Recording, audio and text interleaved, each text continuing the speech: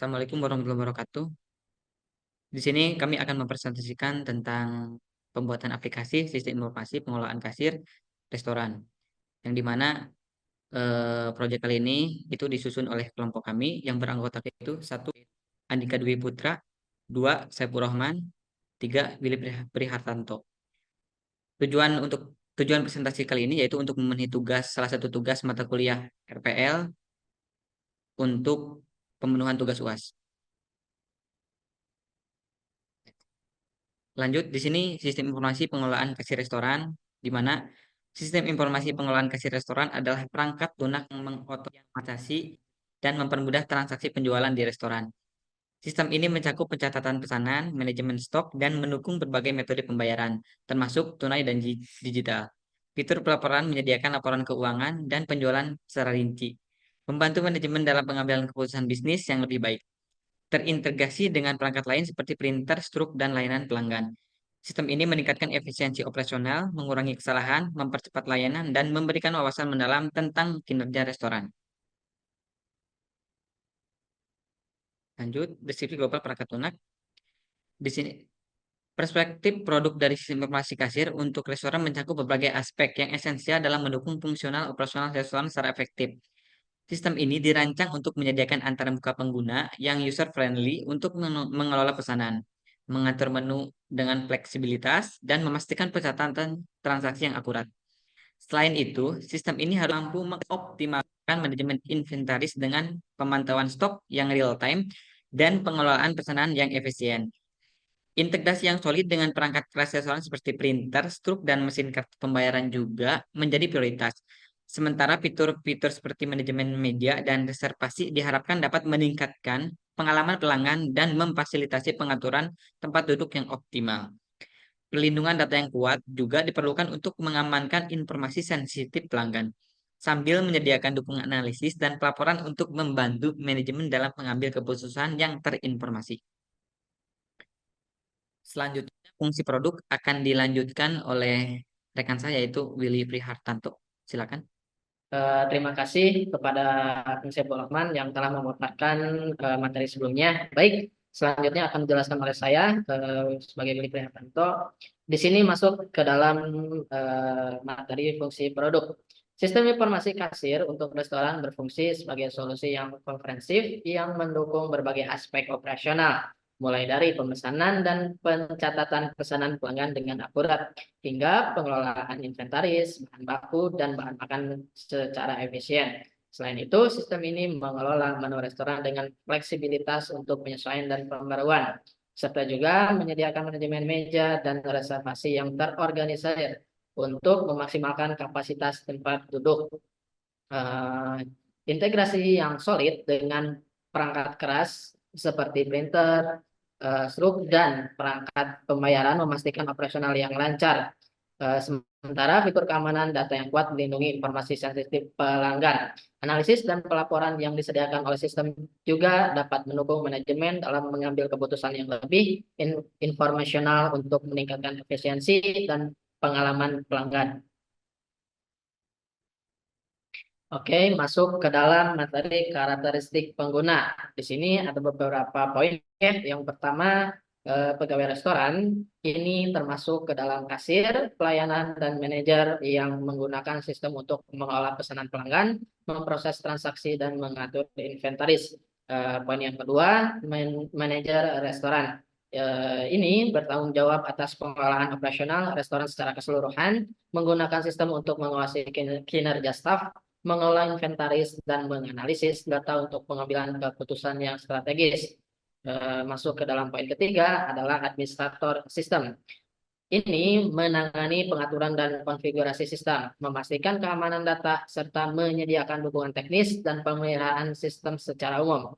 Poin yang terakhir adalah supplier, terlibat dalam proses pengadaan bahan baku dan bahan makanan menggunakan sistem untuk menerima pesanan, mengatur pengiriman, dan memantau inventaris.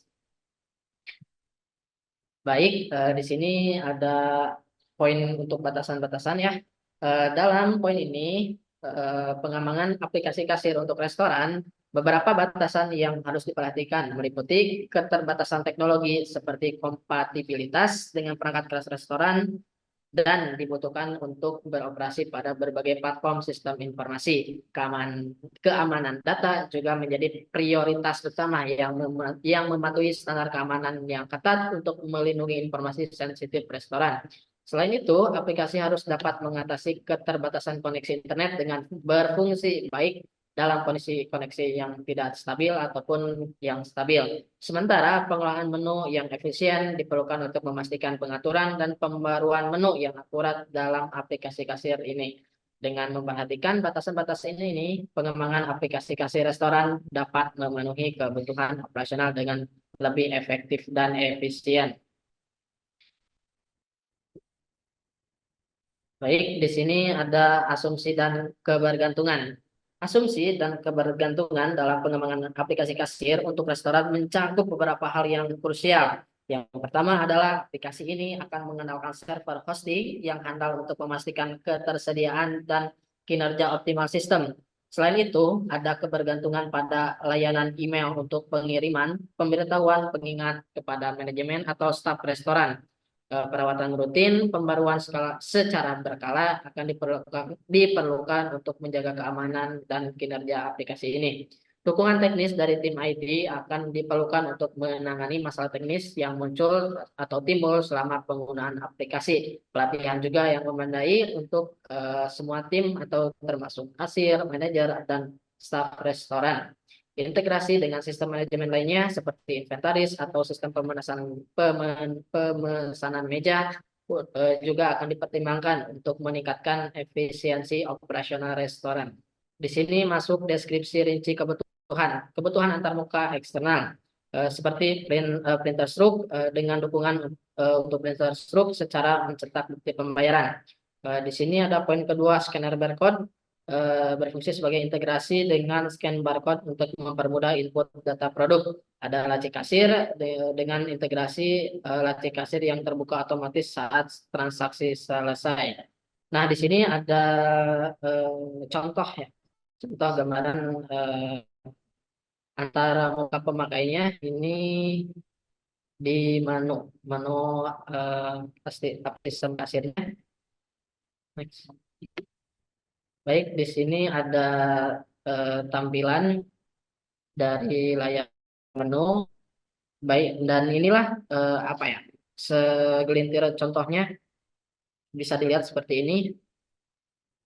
Kebutuhan, oke. Di sini ada poin antar muka perangkat keras dengan poin-poin kebutuhan perangkat keras yang digunakan adalah sebagai berikut: ada monitor, keyboard, mouse, mesin kasir, dan printer.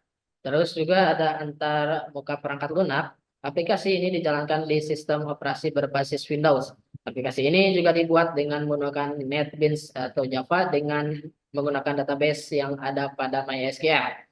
Poin yang ketiga adalah antar muka komunikasi. Layar display atau kitchen display system, layar di dapur yang menampilkan pemesanan yang masuk secara real time. Aplikasi mobile untuk pelayanan. Aplikasi ini memungkinkan pelayanan menerima pesanan dari pelanggan yang mengirimkannya ke kasir atau dapur. Yang selanjutnya adalah sistem pesan internal, fitur pesan atau chat internal untuk komunikasi atau manajer dan karyawan. Kebutuhan fungsional. Di sini akan masuk di materi kebutuhan fungsional. Di sini ada beberapa poin ya. Yang poin pertama, pemesanan makanan. Sistem harus memungkinkan pelanggan untuk melakukan pemesanan makanan dan minuman dengan pilihan yang jelas dari menu restoran. Poin yang kedua, pengelolaan menu. Memberikan kemampuan kepada manajer restoran untuk mengelola menu, termasuk menambah, menghapus, mengedit item atau menu serta harga menjadi secara fleksibel. Poin yang ketiga, pengelolaan stok. Sistem harus dapat memantau dan mengelola stok bahan baku dan bahan makanan secara real time ya. Eh, dengan memberikan peringatan kepada stok rendah atau ketika stoknya menipis dan mengelola proses pengadaan bahan. Poin yang keempat adalah pembayaran. Di poin ini harus menyediakan sistem pembayaran yang aman dan dapat diandalkan untuk berbagai metode pembayaran seperti pembayaran tunai, kartu kredit, e-wallet dengan menghasilkan stok atau kwitansi transaksi. Poin selanjutnya adalah manajemen meja. Dan dengan mengelola reservasi meja, memantau status meja yang tersedia, dan mengatur penggunaan ruang untuk memaksimalkan kapasitas dan efisiensi pelayanan. Selanjutnya adalah integrasi perangkat keras. Sistem harus terintegrasi dengan perangkat keras restoran seperti printer, struk, mesin kartu pembayaran, dan lain-lainnya. Poin yang selanjutnya adalah pelaporan dan analisis. Menyediakan laporan tentang penjualan harian, analisis kinerja menu, dan informasi inventaris untuk membantu manajemen keputusan strategis. Poin yang terakhir adalah keamanan data. Memastikan keamanan data pelanggan termasuk informasi pembayaran data pribadi, dan dengan menerapkan teknologi enkripsi yang kuat dan perlindungan data yang ketat. Di sini masuk ke dalam aliran informasi. Di sini kita akan mendapatkan informasi dengan ada beberapa poin. Yang poin yang pertama adalah poin yang kedua pembayaran, pengiriman pesanan, permintaan modifikasi, konfirmasi pesanan yang diterima. Oke, di sini akan dijelaskan dengan rekan saya berikutnya. Mangga, Kang Andika, dipersilakan. Ya, Assalamualaikum warahmatullahi wabarakatuh. Baik, terima kasih Kang Willy Prihartanto. Mungkin saya akan melanjutkan paparan selanjutnya mengenai DFD poin 1. Mungkin bisa kita lihat ini adalah DFD level 1 proses 1. Diagram alir data adalah suatu diagram yang menggambarkan aliran data dari sebuah proses atau sistem. DFD juga menyediakan informasi mengenai luaran dan masukan dari setiap entitas dan proses itu sendiri. DFD tidak memiliki kontrol terhadap alirannya, tidak ada aturan mengenai keputusan maupun pengulangan. Berikut adalah diagram flow dari aplikasi sistem kasir restoran. Yang pertama itu adalah proses update menu, kemudian selanjutnya kasir menerima menu, pihak kasir juga langsung menerima pembuatan pesanan, lalu dari sana langsung menampilkan laporan data berupa transaksi pelanggan ke pihak manajer. Baik, ini adalah DFD level 1 proses kedua, yaitu tampilan dari flow di belakang aplikasi. Yang pertama itu adalah proses pengelolaan stok, kemudian restoran atau toko itu menerima permintaan stok ke supplier, lalu supplier mengirimkan barang ke restoran tersebut. Proses penerimaan stok dapur itu dipantau langsung oleh manajer, kemudian manajer membuat permintaan stok kembali lagi ke supplier. Itu dilakukan secara redundan atau kembali lagi ke awal keadaan. Mungkin selanjutnya next. Kemudian di sini ada DFD level 1 proses ketiga, yaitu proses pengawasan kinerja staff, di mana flow ini dilakukan oleh pihak manajer untuk memantau kinerja dari setiap staff kasir di restoran tersebut. Mungkin ini alurnya itu proses pengawasan kerja karyawan, manajer memantau kinerja karyawan seperti melakukan absensi kehadiran, lalu menganalisis data untuk pengambilan keputusan strategis dan menerima notifikasi hasil kerja kinerja itu yang didapatkan oleh karyawan. Oke, next. Kemudian selanjutnya ini saya akan menjelaskan kamus data. Yang pertama ada entitas menu. Entitas menu yaitu memiliki atribut menu ID, nama menu, deskripsi, harga, kategori, serta foto. Kemudian di sini ada berupa tipe datanya, yaitu yang pertama menu ID itu tipe datanya integer, kemudian nama menu itu varchar, deskripsi itu tipe datanya teks, lalu harga itu desimal yang memiliki panjang 10. Lalu kategori itu tipe datanya varchar, kemudian atribut foto yaitu tipe datanya varchar. Mungkin bisa dilihat berikut adalah deskripsi dari setiap atribut di entitas menu. Next. Kemudian ini adalah entitas pesanan yang memiliki atribut pesanan ID, tanggal pesanan dibuat, yaitu kemudian meja ID, menu ID, jumlah dan keterangan. Pesanan ID itu dengan tipe data integer, tanggal pesanan itu memiliki tipe data datetime. Lalu meja ID itu tipe datanya integer, kemudian menu ID itu tipe datanya integer juga, jumlah tipe data integer, keterangan tipe datanya teks. Mungkin bisa dilihat berikut adalah deskripsi dari setiap atributnya. Oke, next.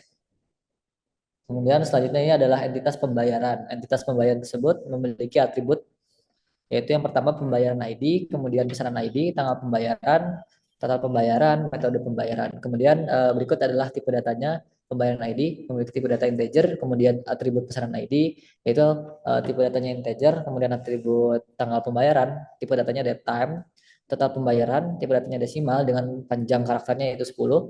Kemudian ada metode pembayaran dengan tipe data varchar dengan panjang karakter yaitu 50.